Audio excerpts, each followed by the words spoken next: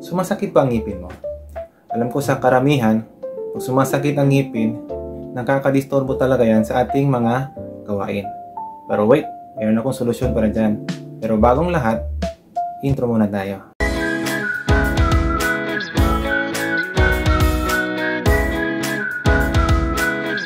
Pero bago ko muna sabihin sa inyo kung ano yung mga kailangan nyong gawin para masolusyonan yung sobrang sakit ng ngipin, pag-usapan muna natin kung bakit nga ba sumasakit ang ating ngipin.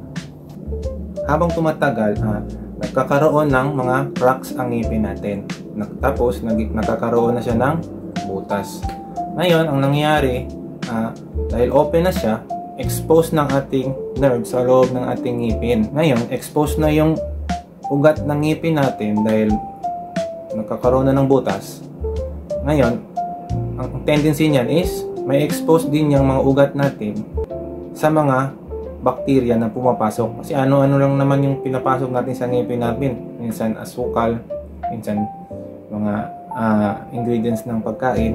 Pumapasok sa ngipin, nagkakaroon ng issue. Sumasakit yung ugat ng ngipin natin. Kaya tayo nagkakaroon ng toothache. Teka guys, reminders lang hindi po ako expert, pero ilang months na ako experiencado sa paggawa ng method na to. Ang kailangan po natin ay hydrogen peroxide. Tatakpan ko lang yung brand kasi hindi naman mahalaga yung brand dito, ang mahalaga yung content niya. Basta hydrogen peroxide. Oops, huwag ka munang bibili. Reminders muna. Pag bibili ka ng hydrogen peroxide, dapat nasa 3% lang yung solution niya. Madali lang hanapin itong hydrogen peroxide. Halos lahat ng pharmacy mayroon po sila. So hindi ito mahirap hanapin at saka napakamura lang. Hindi abot ng 100 pesos. Kailangan mo lang, punti lang naman yung kailangan mo. Pero syempre, kailangan ko muna kayo turuan kung paano ito gamitin. Dahil ang maling paggamit ng hydrogen peroxide ay maaari mong ikalason. Kaya kinig muna kayo. Sa paggamit ng hydrogen peroxide, ang kailangan mong gawin ay kailangan mo ng kutsara.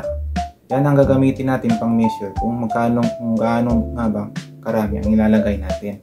So, kailangan mo ng 1 tablespoon na tubig, ilagay mo sa maliit na baso. Kahit anong baso na ibigin mo, at saka 1 tablespoon ng hydrogen peroxide. Ganito po siya karami para concentrated. Tapos ihalo mo siya. Ngayon, sa video ito, magde-demo ako kung paano siya gawin. Para ipakita ko sa inyo kung gaano kasi pag sundin nyo itong guide. Yung gagawin nyo lang dito is imumumog nyo lang itong solution na ito ng 30 seconds to 60 seconds. Pero, alala, huwag nyo itong lunukin. Kahit ano ang mangyari. Okay? Iinumin ko na. Iinumin ko na. Mumumugin ko na.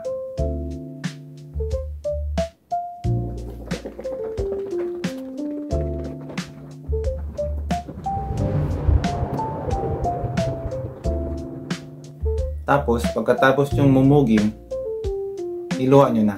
Tapos, banlawan nyo yung bunganga nyo, yung bibig nyo. Linisin nyo ng tubig para malinis yung bibig nyo na may hydrogen peroxide. Obserbahan nyo, pag dura nyo ng solution na yon, mapapansin nyo, bumubula siya. Ibig sabihin, umipek siya. Ginagawa niya yung purpose niya. Bali, pinapatay niya yung mga mikrobyo na nandoon sa loob ng ngipin na sumasakit. Alam ko naman na may kanya-kanya tayong dahilan kung bakit tayo hindi pa nagpapabunot ng ngipin.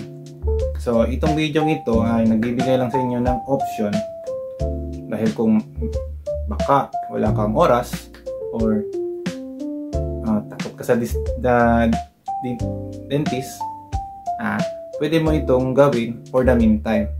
Pero, pag ready ka na, kailangan mo talaga yan siya ipabunot para kasi pag gagamit ka kasi ng hydrogen peroxide, pwede niyang mawala yung sakit ng ngipin mo ng mga ilang araw, ilang buwan, pero bumabalik siya. Pero kung magpapabunot ka is permanente, wala na. Guys, hanggang dito lang tayo sa video ito. Sana meron kang natutunan. Huwag kayong mahiya na i-like itong video, mag-comment sa baba at pag-usapan natin ang mga tanong nyo. At saka, mag-subscribe na rin kayo para sa mga susunod ko pang mga amazing tips. Salamat sa panonood.